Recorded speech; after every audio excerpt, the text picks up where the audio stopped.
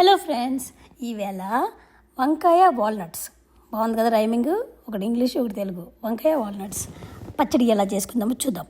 Okay, నేనైతే అన్నీ ఇలాగ ఫ్యూజన్ వంటలు చేస్తూ ఉంటాను. ఎందుకు చెప్తున్నానంటే, మా పిల్లలకి నట్స్ పెట్టాలంటే నా తల ప్రాణం తోక్కొస్తుంది. ఇంకా ప్రోటీన్ అంటే ఓన్లీ నాన్ వెజ్ అనుకుంటూ ఉంటారు వాళ్ళు.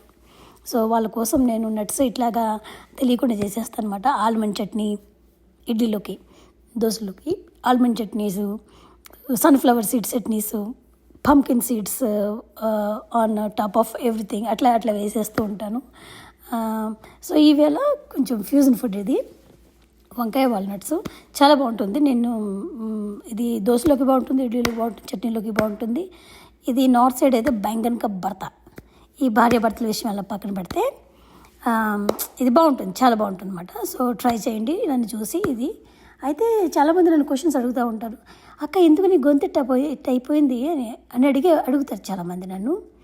చిన్నప్పుడు బాగానే ఉండేదండి. నేనైతే మా చర్చిలో పెద్ద స్టేజ్ మీద హిందీ పాటలు, మరాఠీ పాటలు, నేను సోలో సాంగ్స్ పాడేదాన్ని. ఏమైందో మరి ఈ పిల్లలతో జాబ్ చేసి, ఎప్పుడు టీచర్ కదా, అరిసి ఇట్లా అయిపోయింది. సెల్ఫ్ లవ్ అంటే పార్లర్కి వెళ్ళడము, బ్యూటీ పార్లర్కి వెళ్ళడము, అది చేయించుకోవడం ఇది చేయించుకోవడం కాదు. సెల్ఫ్ లవ్ అంటే as it is. Accept yourself, love your nose, love your eyes, love your voice, అంతే. అలా అయితే సో ఆ మాత్రం సెల్ఫ్ కాన్ఫిడెంట్ లేకపోతే ఇట్లా ప్రజెంట్ అలా చేస్తామండి. లండన్ నందన గారు ఉన్నారు కదా, యూట్యూబర్, ఆవిడ కూడా సేమ్ నాకులాంటి గొంతే. But she is doing so good. 2 million followers ఆవిడకి. అయితే ఆవిడ ఒక మాట అన్నారన్నమాట, ఏం చేస్తాం, దేవుడిచ్చింది, we have to love our self. So అదండి నా గొంతు స్టోరీ. కానీ నేను ఫస్ట్ వంకాయలు ఉడకబెట్టలేదు, ఆయిల్ వేసి పచ్చిమిరకాయలు వేసి, రెస్ట్ ఎవ్రీథింగ్ మీకు తెలిసిందే అన్నీ వేసేసి, వాల్నట్స్ మాత్రం నానబెట్టిన తర్వాత దాన్ని కొంచెం బరకగా గ్రైండ్ చేసి అందులో కలిపేశాను. ఈ వేడి తగ్గిన తర్వాత. సో అప్పుడు ఏంటంటే ఆ నట్స్ గుడ్ ఫ్యాట్ పాడవకుండా.